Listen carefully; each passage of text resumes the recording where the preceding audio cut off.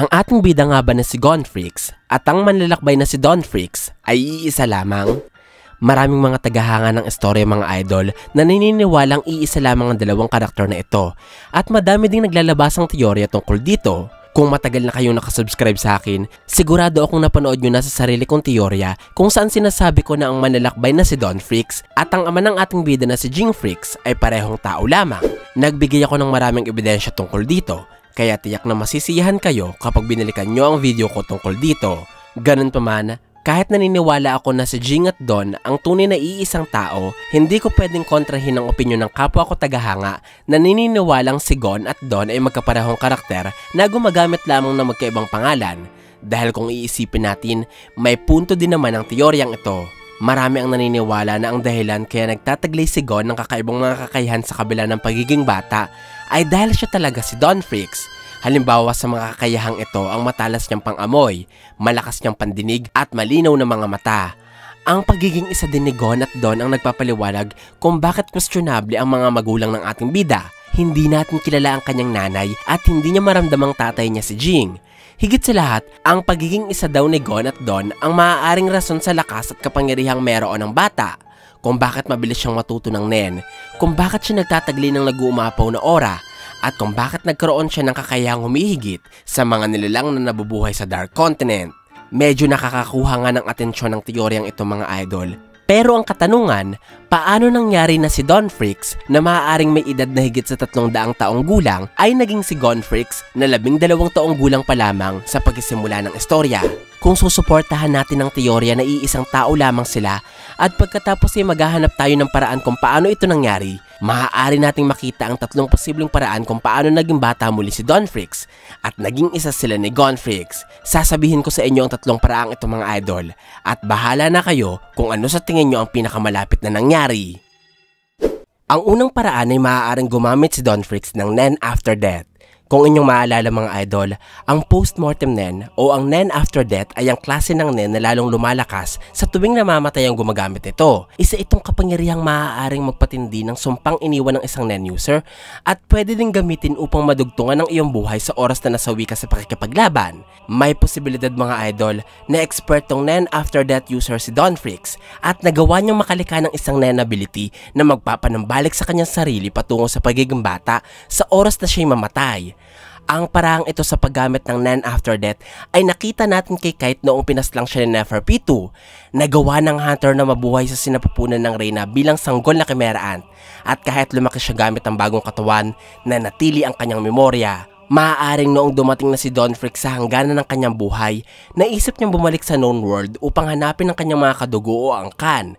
Dito niya natagpuan ang sikat at magaling na hunter na si Jingfreaks. Nagpakilala si Dawn at sinabi niya ang kanyang layuning tapusin ang paglalakbay sa Dark Continent. Pero magiging posible lamang ito kung mamamatay siya at magiging bata muli sa tulong ng Nen after death. Kaya habang kasama si Jing, tinanggap na ni Dawn ang kanyang kamatayan. Bumalik siya sa pagiging sanggol, kinupkup siya ni Jing at pinangalanan bilang Gon, malapit sa kanyang orihinal na pangalan. Bumalik si Jing sa Whale Island para iwanan sa pangangalaga ni Mito ang musmos na si Gon. Nabuhay siya na parang isang normal na bata habang hinihintay naman ng balik ang kanyang memorya bilang si Dawnfreaks na mangyayari lamang sa takdang panahon. Ang pangalawang paraan na posibleng ginawa ni Dawnfreaks kaya siya naging bata at nabuhay bilang Gon ay dahil sa ginamit niya ang kayamanang matatagpuan sa Dark Continent. Kung inyong maalala mga idol, merong mga yaman ng Dark Continent na makakatulong para madugtungan ang buhay ng isang taong kukonsumo ng yamang ito. Halimbawa ang Herb for All Illnesses, isang kayamanang magpapagaling ng kahit na anong karamdaman ng isang individual. Halos ganito din ng Nitro Rice, ang butil na nagagawa naman pahabain ang lifespan ng kahit na sino makakakain ito.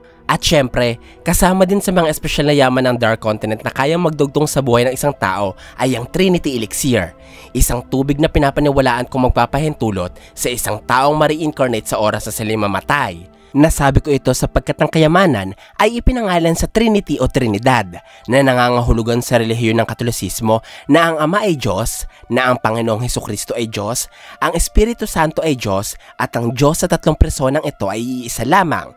At katulad ng Panginoong Hesukristo, ang Trinity Elixir ay kumakatawan sa pagsilang, kamatayan at ikalawang buhay. Kung inyong matatandaan mga idol, sinabi ko sa inyo sa isa kong teorya na nagtagumpay sila Netero, Zig at Linnea na makuha ang Trinity Elixir noong naglakbay sila sa Dark Continent. Nagawa nila ito matapos mapaamo ni Zig ang Calamity na nagbabantay sa kayamanan.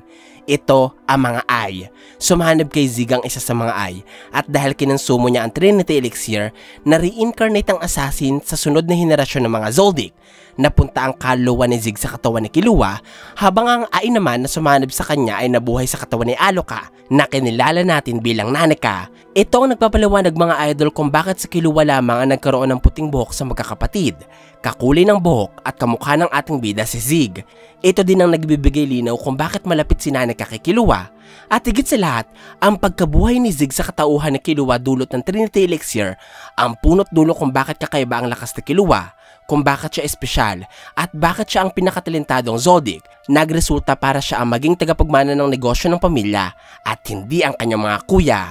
Pinapaliwanag ko sa inyo ito mga idol dahil may posibilidad na katulad ni Zig na na-reincarnate para maging si Killua ay si Dawn na muling nabuhay sa katauhan ni Gon dulot ng Trinity Elixir. Maaaring noong diniskubre ni Dawn ang lahat ng kayamanan sa Dark Continent, ginamit niya ang Trinity Elixir upang masigurado na mabubuhay pa rin siya sa susunod na henerasyon ng kanilang pamilya. Nangyari nga ito at nabuhay si Dawn sa katawan ni Gonfrix dahil sa Trinity Elixir.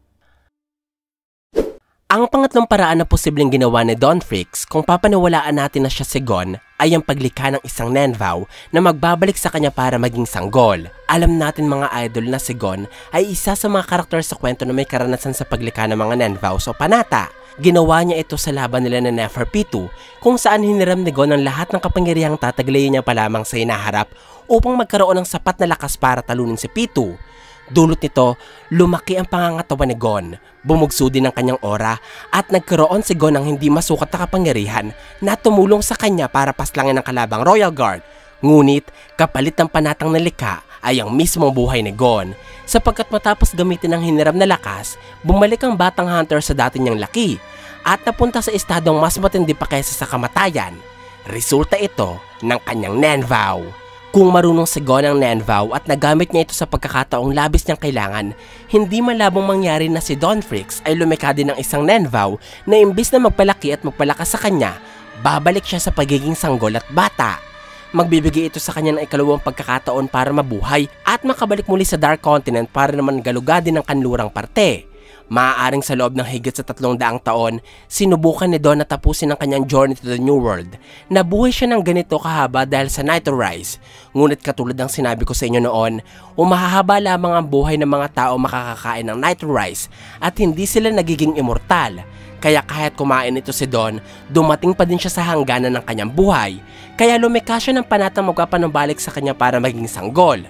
Ang posibleng kapalit ng panatang ito ay ang pagkawala ng kanyang kapangyarihan at karamihan sa memoryang humahawak ng kanyang karanasan sa Dark Continent. Ayon kay Gonfrix mga idol, ang Journey to the New World ay may dalawang parte. Ito ang East Edition at ang West Edition. Sa kasalukuyan, ang East Edition pa lamang ang nababasa ng mga tao dahil sa tatlong posibleng dahilan. Una, maaaring hindi pa nahahanap o nadidiskubre ang lokasyon ng West Edition. Pangalawa, maaaring hindi na talaga tinapos ni Gonfrix ang pagsusulat ng ikalawang parte. At ang pangatlo ay maaaring isinusulat pa rin ni Gonfrix hanggang ngayon ng West Edition.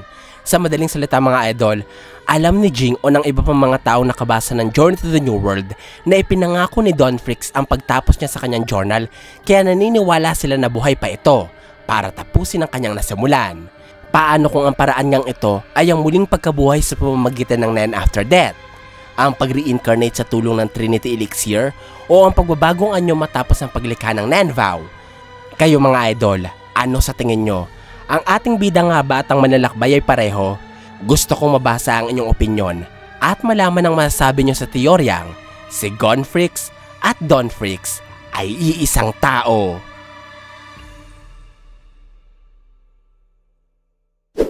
Ito pong aking paliwanag sa teorya ng pagiging parehong tao ni Donfrix at ni Gonfrix. Sana po ay nagustuhan nyo ang aking paliwanag. Kung meron pa po kayong tanong at gustong idagdag ay huwag po kayong mahihiyang magkomento sa ibaba. At kung gusto nyo rin naman ng iba pang kwento ng anime, ay isearch nyo lamang ang JETV sa inyong mga social media accounts sa gaya ng YouTube at Facebook. Maraming salamat po sa inyong walang sawang suporta. Ako po si JE, hanggang sa muli!